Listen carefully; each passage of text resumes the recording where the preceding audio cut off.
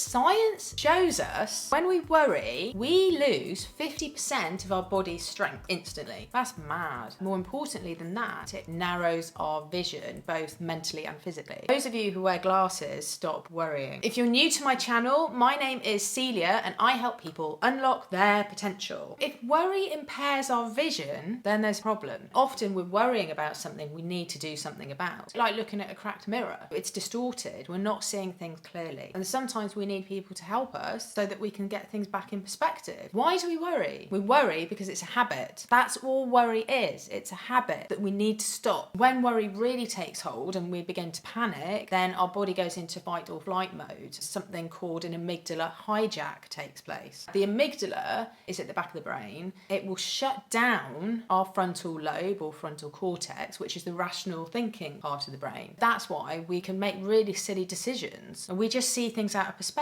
because the rational part of our brain has been shut down. We've been hijacked by the amygdala part of the brain. This term was coined by Daniel Goleman. I'll leave a link to his book in the description below. Just a quick reminder, if you are enjoying this video, please hit the like button. Whether we worry about something or not is determined by our belief system. It's not the external things that cause worry, it's what's going on inside of us. There can be people in the same situation. Person A won't worry and person B will worry. So we know it's not about the event, it's about what's going on inside of us. It's our level of reactivity to those things. The basic rule is that we focus on whatever is repressed or suppressed. External events only trigger those things that have been suppressed. Worry is resistance, because when you're worrying about something, you're worrying about the future, you're worrying about what's going to happen, you're resisting the situation. The more surrendered we are and the less we resist, the less prone we will be to stress and worry. So it's a win-win. When we're worried about something, we need to let go of wanting to resist that feeling. Resistance will keep the feeling going because we add thoughts to it, like, oh no, this is going to happen, gosh, this is terrible, oh, why do I feel like this, I can't believe this is happening, and it just keeps the feeling going. Feeling that's not resisted will disappear as the energy behind the feeling will dissipate. That's all worry is. It's energy. That's all it is. Allow it to pass through you. We need to become more and more aware of those feelings and then we can learn to let go.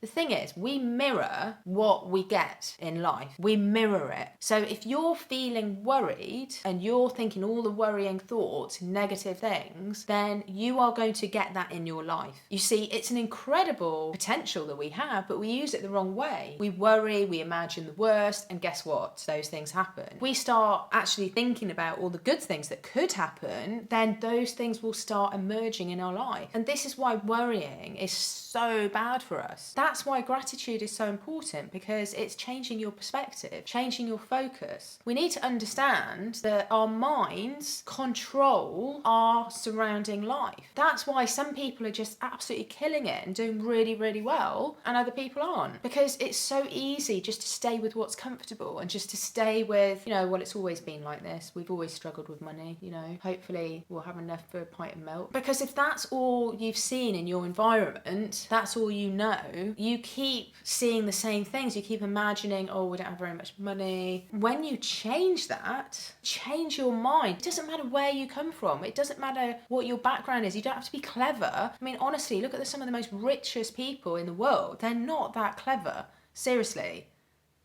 Seriously. And there are very, very bright people who actually struggle with money, but they're a lot more intelligent than some of these multimillionaires. Why is that? You see, we're taught about this all wrong, because we're taught, you know, those who do really well at school, they're going to get the best jobs and blah, blah, blah. And it's not true. Really not true. I'm not saying that you should skip school. I'm just saying that there's another perspective on it. Start imagining the life you want to live, not your circumstances. Seriously, I will do so many videos on this until I start getting comments saying, oh my gosh, my life is completely changed. I changed my focus, because it is all about that. Worry is just an illusion. It's like faith. It's like belief in something. Faith and fear is believing in something that hasn't manifested yet. And fear is worry, right? So it's an illusion. It's just a feeling. And feeling is energy. We just call it worry. The primary purpose of our brain is survival, to make sure that we're safe and protected. So it's constantly maintaining our body, body, making sure that all our vital organs are working and maintained. It reminds us of things in the past that have hurt us and harmed us. You know, anything that has caused pain or suffering to us, it will remind us of those things. It doesn't want us to suffer again. But that's not always such a good thing. You go for a job and you had a really bad experience. When you go for the next job interview, you might start worrying, panicking because it didn't go well last time. There are certain things that our brain does which aren't always helpful, although I do really love you, but sometimes you are a bit of a pain and I need to reprogram you. So use your imagination for good. Start thinking of the things that you want rather than the things that you don't want. If there's a situation that comes up that has caused you to worry, have a look at that situation and think about, well, what would be the best outcome for this? Because there's two sides. You know, you're looking at the negative stuff, but there's going to be, if you flip that over, there's always something positive. Even this pandemic, lots of good stuff has come out of this pandemic. There's lots of bad stuff as well, but there's been some really good stuff that has come out of it. Learning to let go of negative feelings and worry does take some practice, but it's simple. It's not a big complex thing. It's just our brain's way of showing us that there's something that we need to be concerned about. But most of the time we don't need to be concerned about those things. Our body kicks into fight or flight mode. Still, years ago we needed fight or flight mode when we were faced with, you know, a lion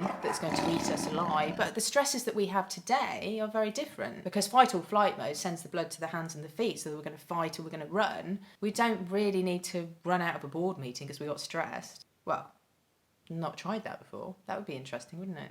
Might not go down very well though. We have the controls, but we don't realise it because we're not taught. That's why I think the morning is really important. So get up early in the morning and start creating those images in your head of what you want to see in your life. Because otherwise, if you just wake up with your alarm, jump in the shower, go to work, you're going to be in this cycle and you're not going to have time to change what you're thinking, and your life will just go. Make sure that you've got a time where you can just focus, have a think about what you really want to have in your life. When you're imagining the stuff that you want to see in your life, you won't have time to worry about anything. If you feel worry coming on, just become aware of it and just allow that feeling to dissipate. Just take a moment, just allow that feeling just to dissipate. Don't fight against it, don't resist it, just allow it to dissipate and it will go. It's just a feeling, it's just energy. Then you can use the rational part of your mind to work out whatever the problem is. According to Bob Proctor, only 8% of the things we worry about are legitimate worries. And even that 8%, you can probably sit down and work through a solution to the problem. See, it's what we're holding inside us that colours our world. We need to just get out of the habit of worrying. And it works. I had a terrible habit of worrying about everything, and now I don't really. Sometimes I fall back into it again, and then I think, oh, hang on a minute, don't need to worry about this. Just let it go.